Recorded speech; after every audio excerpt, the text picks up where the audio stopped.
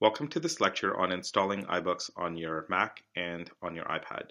iBooks is the application that you use to open and view the projects that you're creating in iBooks Author. And it actually comes pre-installed on both iOS and on OS X. So if you have OS X Mavericks installed, which is again the minimum version that you need to install iBooks Author, you already have iBooks installed on your Mac. And you can access it in your dock. It is the orange circle with the book icon. So we'll go ahead and launch it. So when you launch iBooks, you have the option of signing in with your Apple ID. If you sign in with your Apple ID, iBooks will retrieve your purchase history from iCloud, and it'll do things like allow you to access books that you've purchased on other devices. It'll also sync things like bookmarks, highlights, notes, your progress in the books that you're currently reading. But this is an optional step. You don't actually have to do that. I'll go ahead and say not now. And because I don't have any books on my shelf, it's actually prompting me to go to the iBook store. I can click on iBook store, and this will bring up the featured books that Apple is featuring this week. And you can also use the search field here to search for a particular title. You can also click on top charts to see what type of books are popular in the bookstore, and then browse books either by categories or by authors.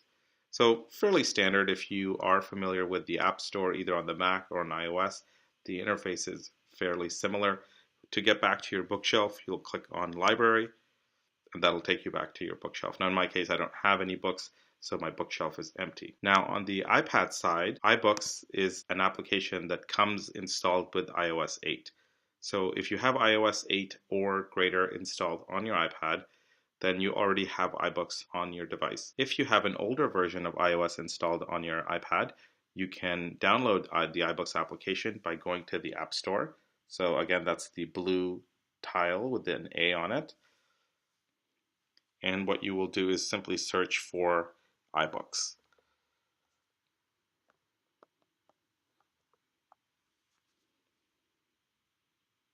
Okay, so because I already have iBooks installed, I get this Explore iBooks tile. So I can go ahead and click on that. If I was using iOS 7 and I was searching for iBooks, I would actually see the option to download iBooks to my device. I've gone ahead and tapped on the Explore iBooks. It opens up the bookstore on my iPad. And again, it has a similar interface to the iBook store on the Mac. You can see we've got a search pane along the top. We've got some featured books here. We can also browse my books. I can browse featured titles. I can browse top charts and so forth. Okay, so that is a quick guide to iBooks on both your Mac and your iPad. Again, if you have a recent Mac or you have a recent iPad, it's likely that you have the operating system that came with iBooks, so there's nothing that you need to do. But if you do have an older version of iOS than version 8, then you may need to search the App Store and install iBooks on your iPad. And that concludes our lecture on installing iBooks on your Mac and on your iPad.